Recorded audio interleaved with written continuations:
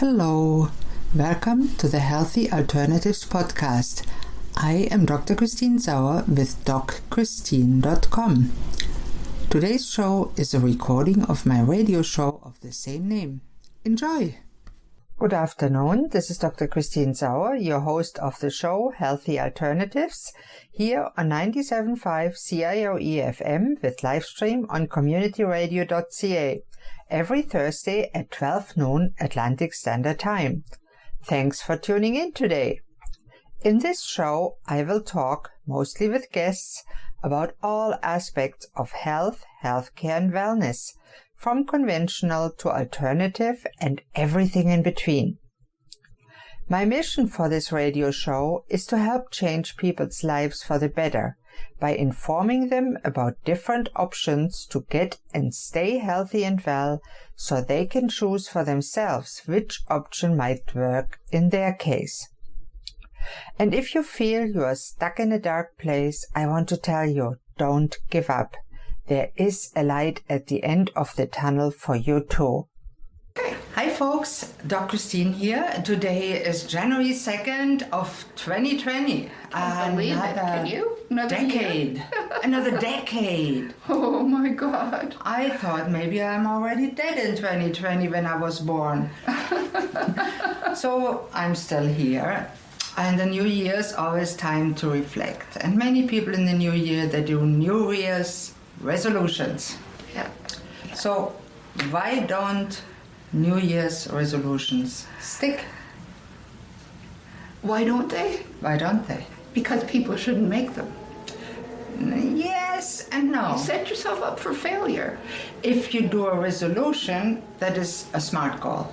And a SMART goal is not good to start with. Okay. People always think, oh, you have to set goals. For example, many people in the new year, they want to lose weight. Yeah.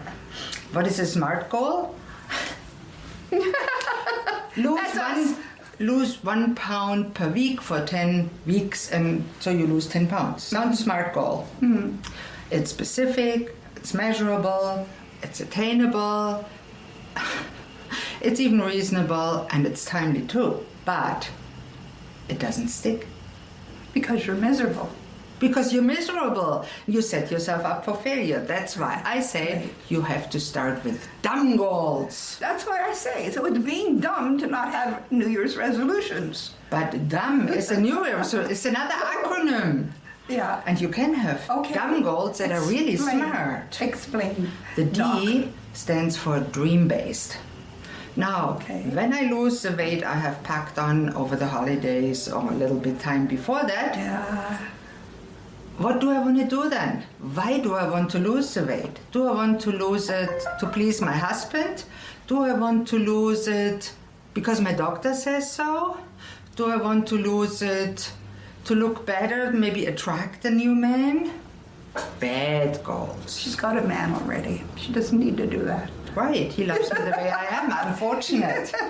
But there may be different ideas about that. Shh. So a dream-based goal is one where you see yourself running up and down the steps with the grandchildren, being happy, being able to go in the swimming pool on the beach and jump in the water and not aching joints, having a heart attack, having diabetes, being on dialysis, being blinded from diabetes, but instead being as healthy as you can be. That's a good dream. Active, being able to walk anywhere you want to go up and down stairs. Maybe you travel. You have to think about what you really want to do with the rest of your life. Yeah. And that's why I'm attaching to the bottom of this my 3W worksheet. Okay. It's a fill-in-the-blank sheet that helps you find out what you really want to do. Mm-hmm. It asks three questions and gives you help to answer them. The first W, who are you? You would be surprised when you talk to people. They say, I really don't know. So, time to find out. Why are you here on this planet? So many people say, well, just luck. Just bad luck? I don't know. Maybe it's time to think about it. And I can give you help in the worksheet. And the third W is, what do you want to do with the rest of your life? And that is so important, because even if you die tomorrow, there's still a rest of your life. Yes, exactly. And no matter how old you are, there's the rest of your life. Do you want to spend it day by day, eating junk, sitting on the Chesterfield, watching some old soap opera, repeat the 10th repeat of something stupid? Or do you want to do something that matters? You know what, Christine, I think probably out of the three, they're all meaningful. But I would think that the toughest one to answer is, who am I? There are so many of us who don't know, who am I as a person? Mm-hmm. Am I a mother? Am I a daughter? Am I a sister? Am I a wife? What is my role? And the thing is, you know what, the only way you can figure that out is to go within yourself. Yes. And it's really not the role that defines you. It is way more. Who are you? It's not who you play. The role is often something you play. You are a wife, so you play the good wife. You dress up, you go out with your husband, you look good, you put on nice clothes for his work, you have the picket fence. That's a facade you play, the role. But who are you deep down? Do you feel in your gut that you're a good person? Do you feel in your gut that you're wretched and God is after you? Do you feel you're that bad of a sinner? You feel really guilty? Do you feel ashamed of events that happened in your life that you haven't resolved? Those are all important issues. And then it's important to ask yourself, after you find out who you are, I'm really a broken person. I have so much emotional baggage. The next step is to ask yourself, who do I want to become? And I still remember when I was 16, I picked up an English language book, it was in Germany. It became my favorite, still is one of my favorites, by Carl Rogers, on becoming a person. And I got it by chance. There's no chance, synchronicity in the library. No, there is not. And I said to myself, that's what I want to be. I want to become a real person. Because I wasn't at 16. But then here's the thing, though. How do you define a real person? We are each individual, so we're each of us on this planet, I believe, to serve a specific purpose. That specific purpose is to serve others. And so once you get out of yourself, in regards to being self-absorbed is what I'm talking about, right? When you serve others in whatever capacity that you can, it's extremely rewarding because then you become grateful. You show gratitude, appreciation. Yes. And once you discover that your own self, the ego, really doesn't matter, and I don't know if you know the 14, 40, 80 rule. At 14, you worry about what everybody else thinks about you. At 40, you don't worry too much anymore. And at 80, you know nobody thinks about you anyway. Well, the funny part about it, 14, 40, or 80, nobody thinks about you anyway. Only you think about you. Yeah. And that's the crazy part. We all think that everybody is looking at us and evaluating us and whatever. Everyone's too concerned with what's going on within them. Yeah, and there's a German saying, actually, a funny complaint. Nobody's thinking of me. I'm the only one. How true. Yeah, it is so true. It is true. And it is kind of ridiculous. Yeah. And I think it's a very valid point that you do there. We have to find out who we are and then let go eventually of the egocentric, that we are the middle of the universe, like we feel as children. The mother says, oh, you're special, you're something. We are not special. We are just one in the sea. We are individuals. Yes. We have a certain task in life to serve others. And when you look in the classic religions, they all were about service. I think that's very important. Jesus had no problem washing the feet, serving others. Well, in every great religious philosophy, the mantra is to serve others through love, compassion, because that's the purpose of us being on this planet, I believe. And that's what keeps us the healthiest, doesn't it? Yeah, we have to have a purpose. Yeah. Something we want to do with the rest of your life. Mm-hmm. And service can be as simple as writing a book that helps others. Exactly. It can be being the best mother you can be, the best grandmother, the best mother of an animal. Yeah. And it can be a business purpose. It can be a real big service, like some politicians tend to try to achieve.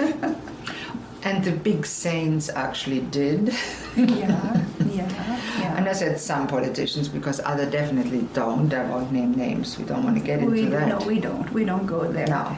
But you know what? Sometimes we don't even know as individuals what we're capable of doing because we're afraid to try.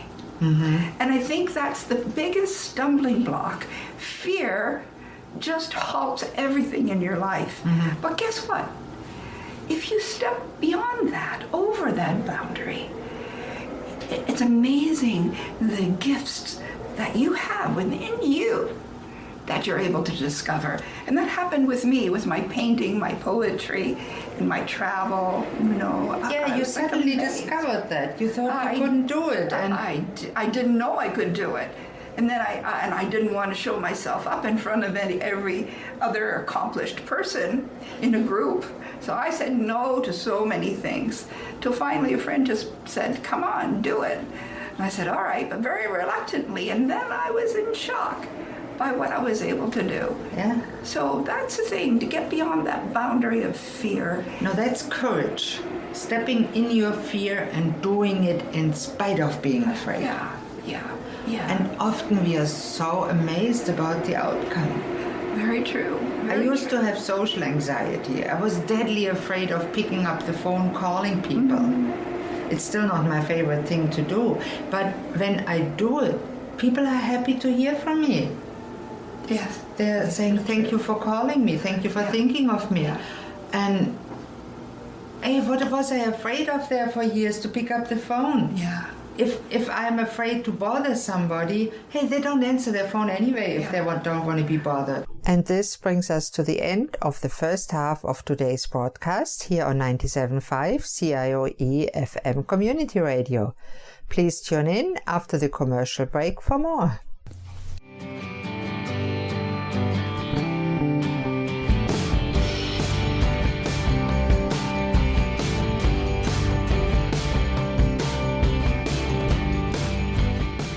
Hello and welcome back to Healthy Alternatives here on 97.5 CIOE FM or on the web at communityradio.ca.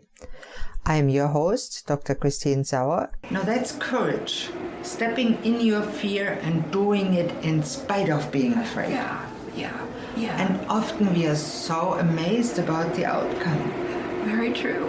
I used to have social anxiety. I was deadly afraid of picking up the phone, calling people. Mm-hmm. It's still not my favorite thing to do.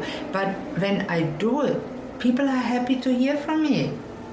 Yes. They're saying, thank you for calling me. Thank you for thinking of me. And hey, what was I afraid of there for years, to pick up the phone? Yeah.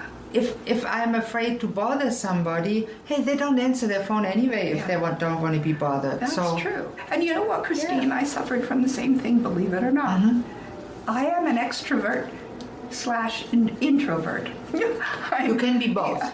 And I am both. Yes. And, so I have my moments of outgoing sensations, feelings, and whatever.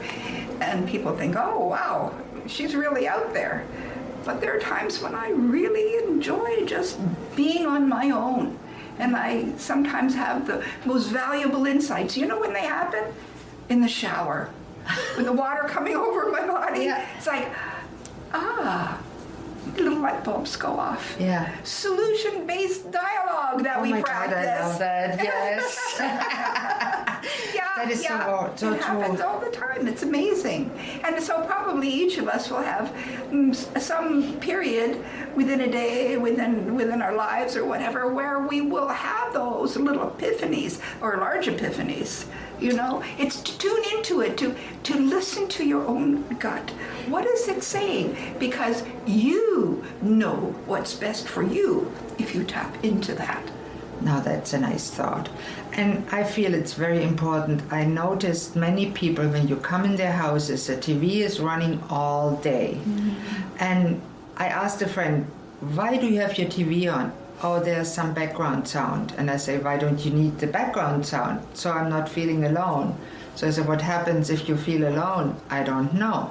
Mm-hmm. So that's for me a sign that you need to be courageous. Switch off the TV and overcome the fear to be with yourself. Yeah. Many people are so afraid to be with themselves. That's the backbone of the entertainment industry. Mm. They distract people from themselves. Same with social media.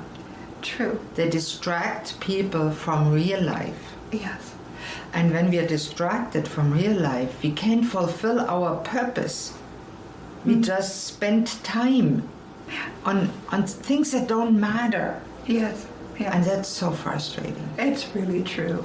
It's really true. I didn't have a TV for 6 years when I was living in Bali in India. And I didn't think I would be able to do without it. But you know what? Just like you said, it was a distraction. Yeah. And TV is nice. I love watching TV sometimes, but you have to have the ability to say no to yourself. Yeah. Switch off your phone, switch off the TV. If you want to listen to some meditative music, or just sit in silence and listen to yourself. Silence is actually a beautiful state. Yeah. Complete silence. But when you're silent, you realize there are all kinds of sounds around. It isn't completely silent. No, there is no complete silence in our modern world, at least. Yeah. Even in the antique world, there were the rustle of the wind in the trees, the sounds of nature. Yes. And that's when you can hear them and appreciate them. When you are quiet, when your mind is still, and then all of these wonderful things, wonderful sounds, come to you. Yeah. So silence can be healing. Yes, absolutely. And constant distraction leads, in my opinion, to a constant failure of having silence in your life and listening to yourself.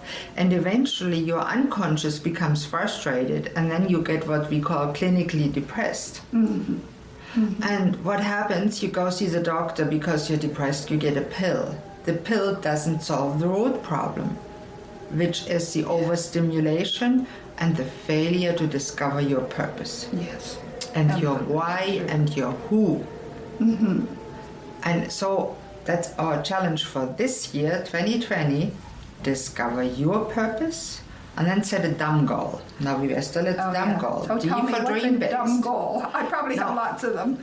My dream is when I lose a few pounds that I'm even more mobile and I won't get sick and I'm able to serve more people, help them in my business, with my coaching, with my friendship, with my love. Mm-hmm. That's a dream goal. Yeah. Now you have to break that into steps, of course, but the goal has to be the you, which stands for uplifting. When you think about it, you have to feel happy, uplifted, something you really want to do. It's not like, I want to lose weight. What do you think about? Oh, I can't eat what I want. I can't eat my favorites. It's all negative. Mm-hmm. That's not uplifting. Thinking of, I need to lose 10 pounds, that's not uplifting. Yeah. It definitely, the idea of, I need to go to the gym at least every day, that doesn't lift me up. Yeah. I need to stop smoking, that doesn't lift me up. When I need to stop something, no, maybe do something else. Yeah, and have little practices where you learn to love and appreciate you, the person. Yourself, and when you love yourself, you can start loving others. Yeah, and when you're full of gratitude and appreciation, you can't think negatively. I defy anybody to have positive, appreciative thoughts of gratitude and be negative at the same time. Doesn't work that way. No, it doesn't work. They can't occupy the same space.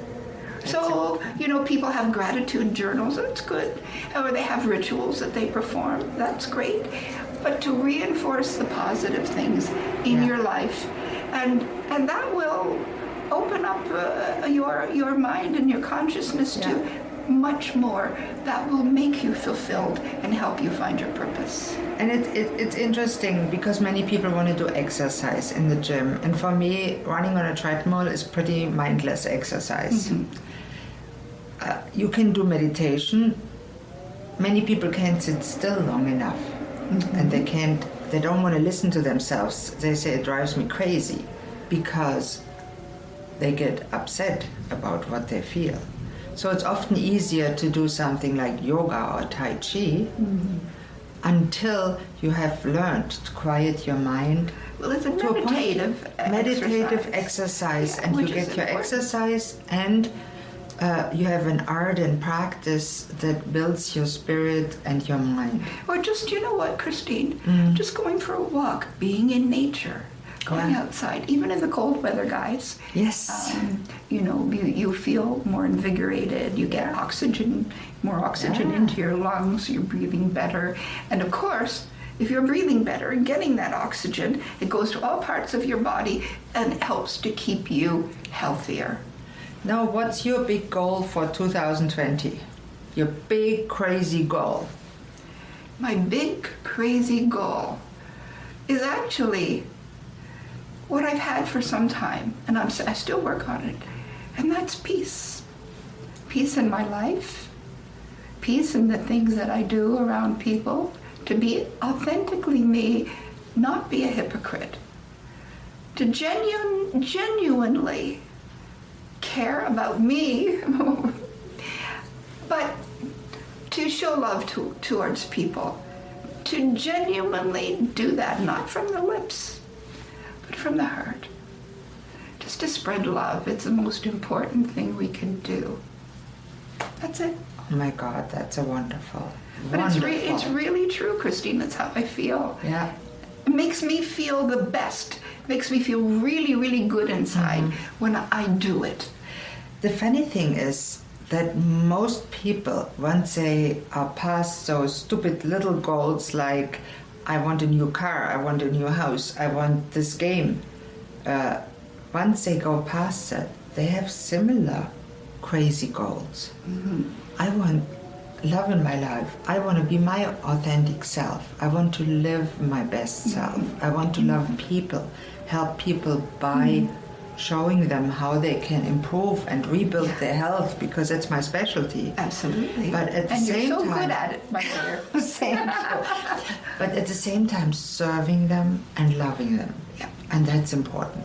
Christine, the money is I want to tell you something. Yes, dear. We haven't known each other very long, but since you've come into my life, it's taken on a wonderful complexion of excitement, because we do a lot of fun things together, but of peace within me, because I feel like I've connected with you on such a level that you really care about me as a person. I do. And I do about you as well. Know. And part of that is because we are very open to one another. Yes. If we see something in the other person that we're not really happy about, we'll mention, maybe you try this or that or the other, but not to be complaining. No. And when we see the good stuff, hey, we celebrate. that's what we do. Let's make another video doing something fun. Yes, absolutely. And for this year, do something fun, work on your purpose, and have a dream goal and something that uplifts you, and work then towards it. Right. Don't wish for a house, a new car. That's nice if you have it, but if you don't, who cares? Yeah. We are born with nothing, we die with nothing. True. Yeah. There's a whole lot of time in between those two points in life. Now, for everybody, a very happy 2020 and much success in everything you endeavor. Wonderful, wonderful. Yeah. Bye. Until next time, namaste. Namaste is nice. I like namaste. And this brings us to the end of today's show. Please don't hesitate to contact me with any questions, thoughts, comments, or suggestions. Or if you'd like to contact me, my email here is christine@communityradio.ca, or you can contact me through my website, docchristine.com, DOCCHRISTINE.com. I'm always grateful for any feedback. You might not know this, but this is a volunteer-run non-profit radio station, and we even have an art gallery. If you're local and you'd like to drop in, we are at 11 Glendale Avenue, Lower Sackville, Nova Scotia. Thank you all for listening to Healthy Alternatives. I'm your host, Dr. Christine Sauer. Tune in next Thursday at noon on 97.5 CIOE FM Community Radio with live stream on communityradio.ca for the next episode. Goodbye and have a great day.